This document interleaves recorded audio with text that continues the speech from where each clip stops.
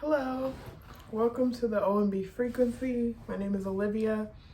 I am an oracle card reader, a channeler, a creative doula, and an uncontrollable creator. And today, for this video, as you know, I will be doing a reading for cardinal signs. This can be sidereal astrology or tropical astrology. Sun, moon, rising, if you have like a cluster of planets, a stellium, you want to check that out. It could be Venus as well, whatever you want to do. You could just watch them all and take what resonates with you, but this is for cardinal signs. The cardinal signs are Aries, Cancer, Libra, and Capricorn. These are the signs that are very like initiative energy. They initiate energy. They're very good. Their movement is to begin. These are the signs that begin the seasons. Oh shit.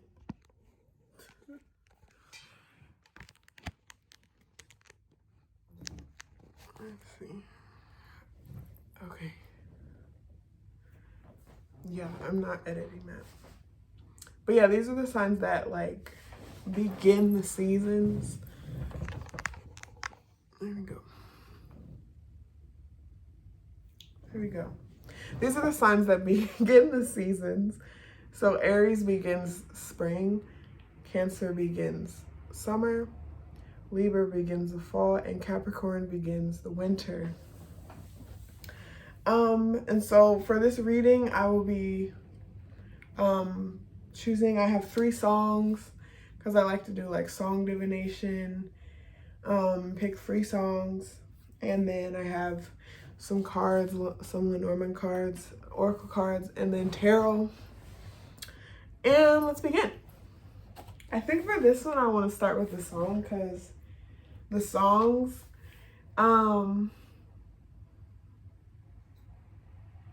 it's great energy. Overall, great energy for the cardinal signs. You know, I was getting like irritated or just like overwhelmed, which that was similar to the last reading I did for cardinal signs. I think it was cardinal signs. I don't remember, but it was similar energy to one of the readings I did where I was like, it was good energy, it was just kind of overwhelming. I was overwhelmed. So as I was doing this reading, I was overwhelmed, but I also felt good. So the first song that came up was Count Your Blessings by the Sunday Service Choir, Kanye West Choir, you know. So Count Your Blessings. This is a song where you have to listen to it and hear like the buildup of the song, like the way the song is laid out to really get the vibe of the song. So I would listen to all the songs, of course, to kind of just hear what comes for you. But it was good. I was like, okay, count your blessings. Matched with the cards, I was like, I was just thinking like it's a great energy. And it felt like saying like, one hand it could be saying like remember your gratitude and like just look around, count your blessings, look around and remember where you wanted to be at some point. It could be internally or externally, like a situation or circumstance that you're in that maybe at some point you either wanted to be in that circumstance and situation, or at one point you wanted to be able to be in a situation like where you are and still keep the internal space of where you are, you know, like you might not be where you want to be in a situation you want to be in, but you're in a situation that you may not want to be in, but internally your internal sphere is very like together and you can see the evidence, the proof of your like growth. And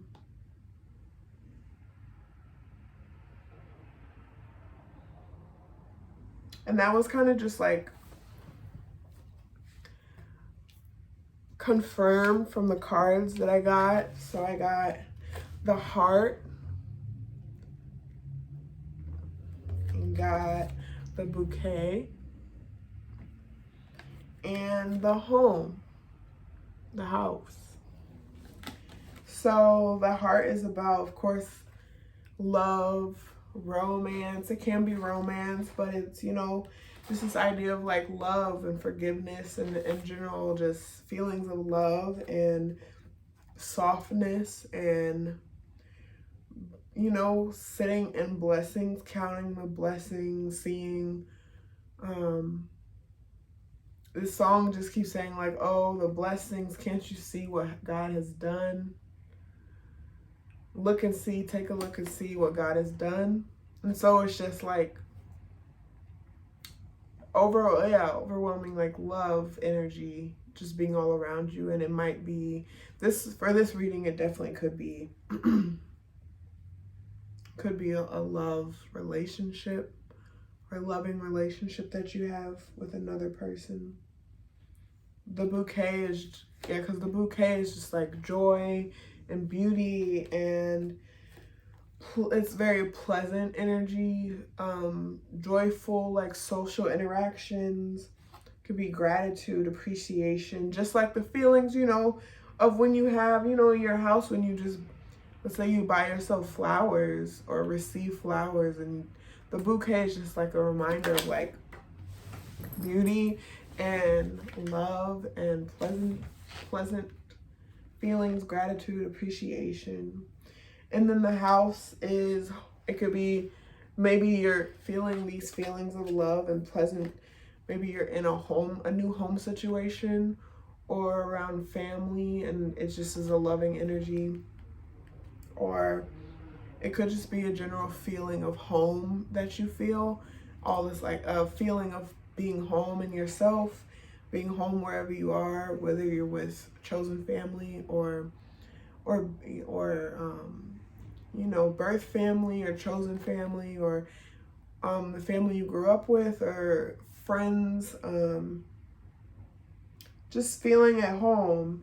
Or maybe it's feeling at home in another person, just feeling comfortable and like protected. But just as, yeah, that energy, count your blessings.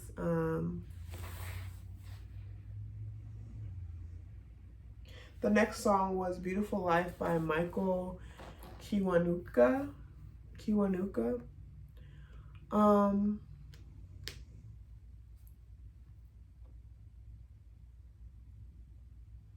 And this was, it's like the song is saying, this is, you give me a life, a beautiful life. And this goes with the tarot cards. This song goes with the tarot cards because it's like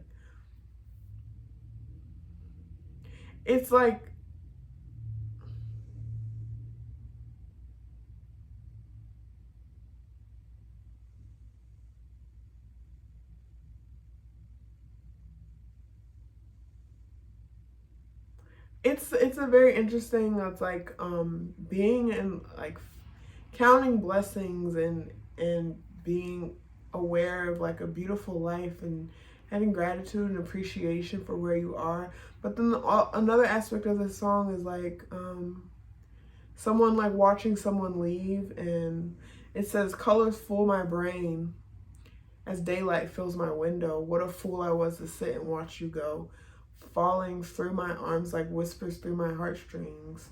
On and on it goes. You give me life, beautiful life. And it's just this like,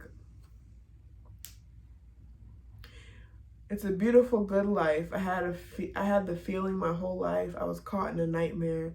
Now we're breathing the same air.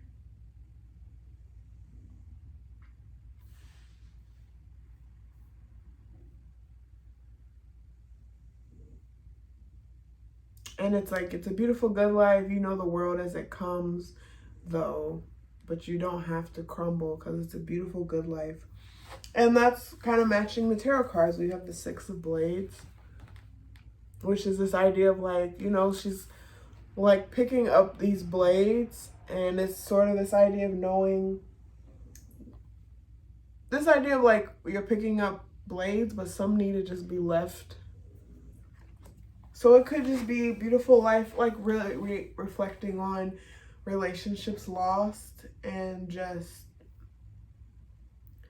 reflecting on that in a sort of loving and forgiving energy, seeing the beauty in what was lost. Just transitioning to a new space, leaving things behind, leaving behind past sorrows, and just like this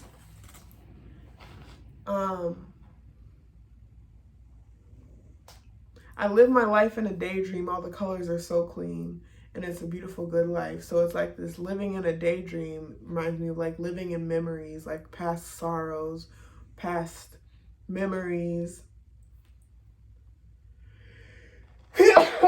And just like,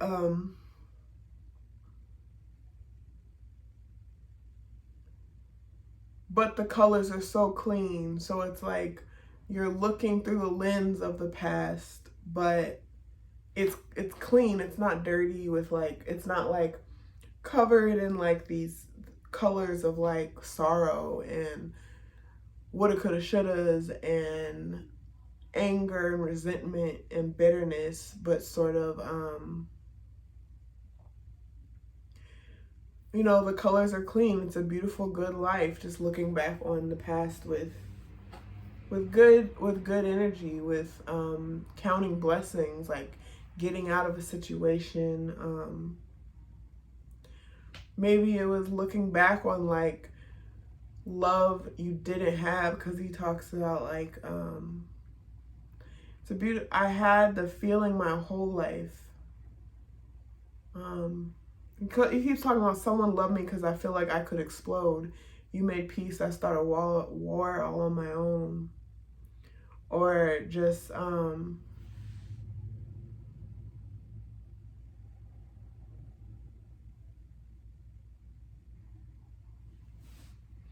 all my chains are gone and all the guns are loaded. I need someone close to never let me go. Someone's calling and I hear it like an echo. On and on it goes. So maybe it's this energy of this situation of, you know, living life in a, you live your life in a daydream. And so maybe in order to get through some like difficult moments, you had to live in this, with this like sort of filter over reality, living and being like deeply into daydreaming and imagination and moving through the past, knowing that maybe that was the daydream. Like you just had to get through this daydream. And it says like I had this feeling my whole life. I was caught in a nightmare. So living your life in the daydream, but you were caught up in a nightmare. So it's like the past sorrows and problems are now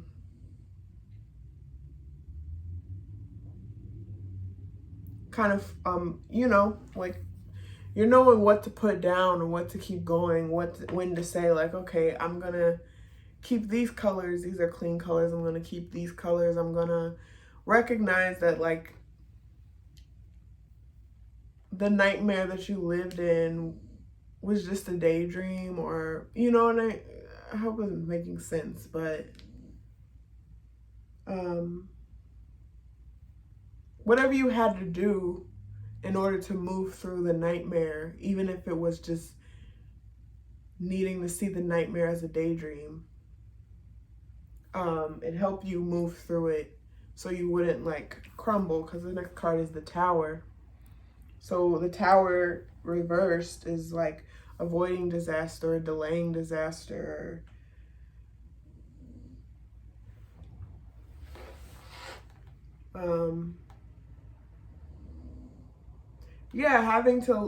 I think it's like having to live in this higher space of daydreaming, or just, you could call it like the law of not attraction, but the law of assumption.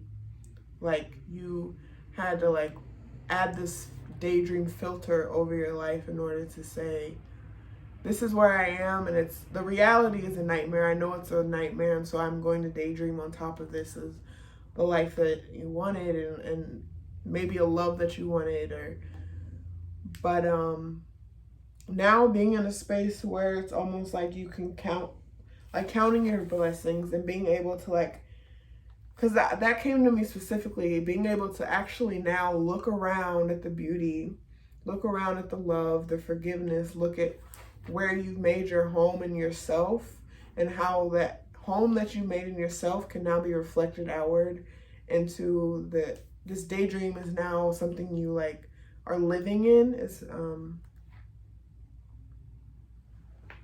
you're no longer being caught in a nightmare, but now living in a daydream, which is not to say that things get easier, because that's not easy. It's not easy to have gone from nightmare and be daydreaming, and then now you're living in the daydream, and now you have to adjust and transition, and that tower moment that it feels like reality shifts when you're going from living in a nightmare and daydreaming to now you're living in the daydream, and now you're your whole reality shifts, and now you have to look around and be like, oh, this is real now. This is real now. This beautiful life is real now. And then I see this song as sort of talking to some higher energy too. Like, you made peace, I start a war all on my own, falling through my arms like whispers through my heartstrings. And so I'm thinking falling through my arms. I'm thinking of I'm imagining this tower where reality is shifting all around you, and you're no longer living in this nightmare, but it's like this nightmare that you lived in is changing into this daydream, and you're trying to hold on to where you were, because you get used to living in a sort of daydream, and you're trying to hold on to a lot of it. But the tower is not about holding on, and the Six of Blades is not about holding on to everything either. And it's kind of, the tower, I think, is just saying stop, just surrender to it, and allow the nightmare to fall apart around you. Because we think that even though we're in a nightmare and we're daydreaming, we think that we're only attached to the daydream, but sometimes you can be attached to the nightmare. And sometimes if the daydream doesn't show up exactly how you know it, you can still see it as you're not actually in the daydream. But I think this is saying to actually look around and say, okay, where was I? Where did I daydream about being? And can I see where the reality I'm in right now might actually be closer to that daydream than that nightmare that I was in? The last card was the Eight of Coins, which again, I was going into, now that you're in this new space, you have new skills. It brings on a whole new set of challenges before, and this is going into the next card too, but before you're in this daydream high chakra space of manifesting, seeing, trying to bring down a sort of vision, and then once your reality shifts and you're in a new space, or your life is different, or even if you're just different, maybe if what you look around and see is not so different, you've changed so much that basically reality is different. And now there's new skills to gain in that space. You're no longer in the war, there's now peace around you, there's now beauty around you, and the new skill is not necessarily for war or to fight or to daydream, is to actually live in it and be in it and be grounded in it and find home in it, and find comfort and know that you're protected in it. And so that's a whole different skill to gain. And so it's like the Eight of Coins is about apprenticeship. gaining new skills and learning from like achievements and accomplishments. The last song is Sweet Grace, also by the Sunday Service Choir. And it's pretty simple. Lyrics of "Oh sweet, amazing, grace so sweet, and I know for myself, he's so sweet, he's mighty." So again, this could be love. As you know, a lot of the gospel songs could also be love songs, you know, if you wanted to take it there. But it could just be like, again, just being in this new space where you're like, it's a beautiful life, counting my blessings, and it's just, it says, and I don't know what to say, I can't move all by myself, which goes into the next card, which is Ascended Master Mataji in Crimson Coprite, Relief and Repair. And you see that red, because again, this card talks about like the relief and the repair. So like you're in this daydream space, you're in a nightmare, and you're getting through that nightmare by being in this space. Because sometimes when you're in that nightmare space, you can't feel grounded. You don't feel grounded. It's not safe to be grounded, you know, in your like lower chakras sometimes. And so you can be in this daydream space where you're up in the third, you're up in the crown, you're like creating visions, images, perceptions of where you want to go, adding this sort of like filter over life, trying to just move through. You're up in the clouds, as they say. And this relief and repair, this is not what I was expecting from this card, but it was like you can have too much of a good thing, be too much in the light of the sun, too much of the higher chakras, and get kind of burnt. And so again, it could go into like, now that you're in this daydream, you're just like, wow, this is really good. This is like, I count my blessings and I can see, you know, what God has done. It's a beautiful life, sweet grace, and I don't know what to say. I can't move all by myself. And it's just like, this is just too good. It can be too good sometimes. And this card is just like the relief and repair can come from just like being grounding into the root, like really getting into the body and really getting into looking around and saying, where am I? This is where my body is, finding home in your body, getting into your sense of like protection and safety. Again, not easy, but the red light is sort of like, it's like going from the sun's light, which can be bright and blazing, the crown, these like higher lights that can be like blazing, and then you get into sort of like the reds and the oranges, maybe wearing some like reds and oranges, and like just getting into the body, getting into like some grounding so that you can actually feel this daydream being planted and grounded into your reality and being grounded into this reality, being stabilized and sort of switching off from spiritual matters. One thing that a TikTok I was watching, and it's something that I've been kind of like thinking about and seeing around like different conversations around like the healing journey. And a lot of people talk about when the healing journey started or when it ends or whatever, but it never starts, it never in some way stops or ends.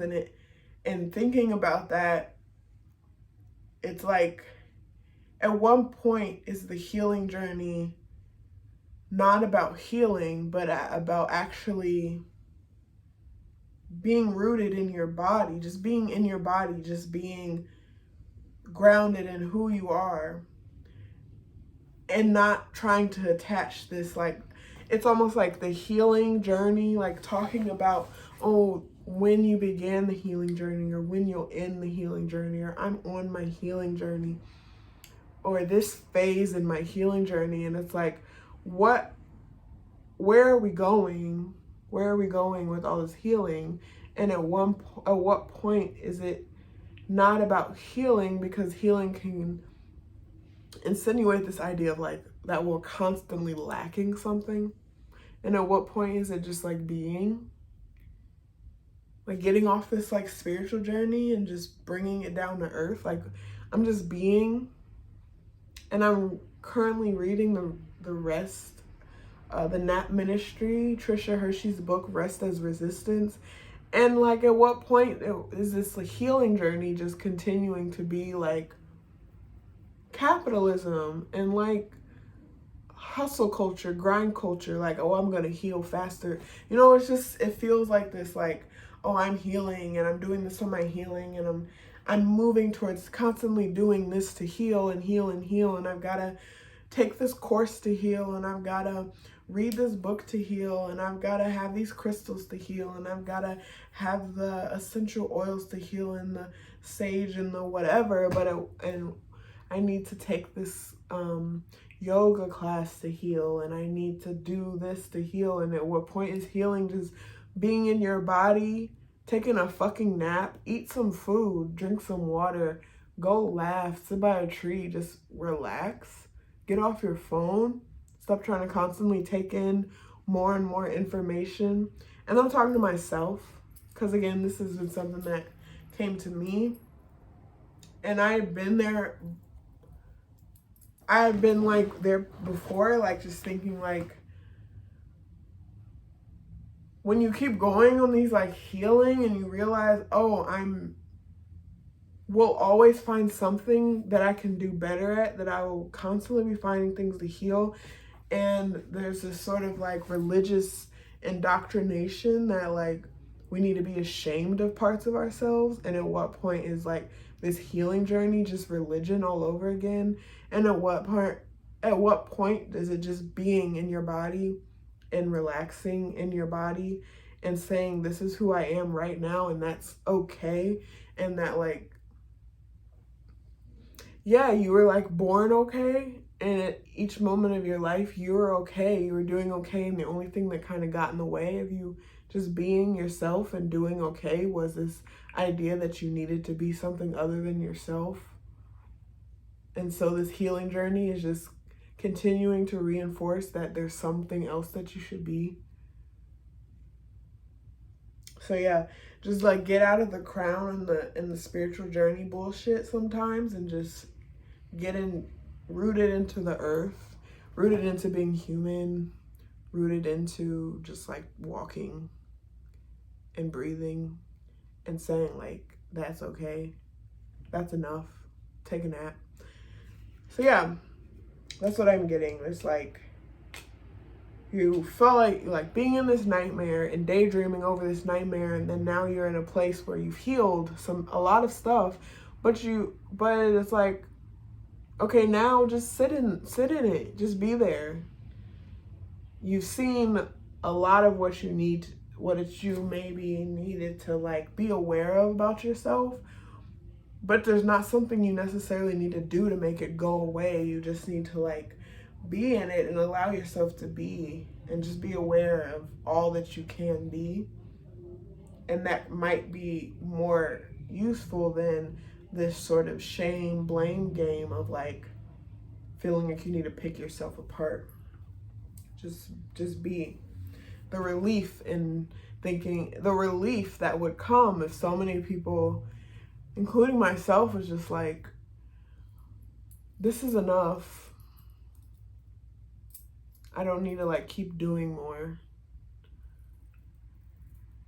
in the vein of like improving myself and just like being myself. So yeah, it's just, this card was just saying like, yeah, you've been growing. Yeah, you've been growing. You've been doing all the things. And now the repair and relief can be in just rooting into that root chakra, into your body, into being at home in yourself. And it's like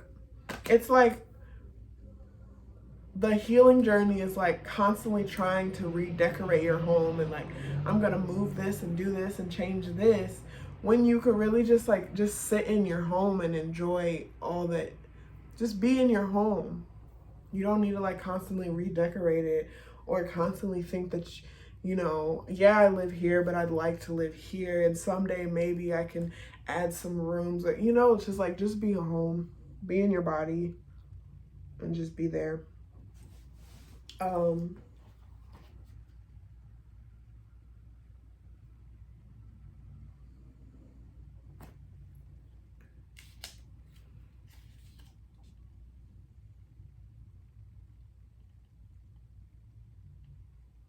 And I think the clouds card that I got is sort of going with that too. It says denial. Clouds can often represent information that is obscured and outcomes that are uncertain, but in some cases it can stand for a truth we feel paralyzed to act on. Even when we pull the same cards, even when we see the same signs over and over again in the face of overwhelming evidence, you may be tempted to burrow under covers, draw the curtains, and shut it all out, because the truth takes courage, doesn't it? Can you be brave? And this is something that I have been like, again, reflecting on reading this book, Rest is Resistance, and thinking about this concept of like constantly wanting reassurance, constantly wanting to know what I need to improve on. I would get reading after reading from people and just be so unsatisfied that I wasn't getting critique. Like, I would get readings and it's like, yeah, you're doing well. And I'm just like, what does that mean? You know, like there's something else that I need to like be doing better. And so it's like, sometimes the information is obscured and there is uncertainty because you're not supposed to know everything. And everything you need to know is what you already know right now. Everything you need to be is what you are right now. And you can like pull the cards, see the same signs, but just be. In the face of overwhelming evidence, you may be tempted to burrow under covers, draw the curtains, and shut it all out. And sometimes the overwhelming evidence is that is being so focused on. Sometimes the overwhelming evidence is just looking around and saying, "Oh, I'm good. I'm doing good. I'm doing well. Everything is." You know, you can look around and see a beautiful life and count your blessings. And then you have to then that's the real work being done, of where you have to sit in this sort of like rest as resistance space and realize, if I don't have to do anything, then what am I? Who am I? What do I want to do? What do I feel called to do? What if I just sleep? What if I'm not some pawn or cog in capitalism? And you know, what if the evidence is that I've been ashamed of just being a human being and just sitting into myself? What if the overwhelming evidence is that there's nothing you have to do to be better? What if the evidence is that whatever you've been called to do, you just need to lean into that more? So if you are a writer and you love to write, what if you just need to like write when you feel called to write and just allow that to happen? And if you don't feel called to write, then don't write. And if you like to take a walk, then take a walk. You know, it's like, you don't need to force yourself to do anything or like constantly move in this like hyper productive hustle culture, grind culture. Who's gonna heal first mega, you know, competition. So yeah, that's what I have for the cardinal signs. This could also be about a love relationship. Maybe it's been like so great and you've been up in the clouds with them and you need to just get some space and go back to your own home and self. So maybe it's like so good, and maybe it's like maybe saying like, maybe get some space and like reflect on how it's changed you or impacted you. So yeah, that's what I have for the cardinal signs. If you would like to book a personal reading with me, the information is in the description box. You can email me, DM me on Instagram, TikTok. Yeah. Till next time.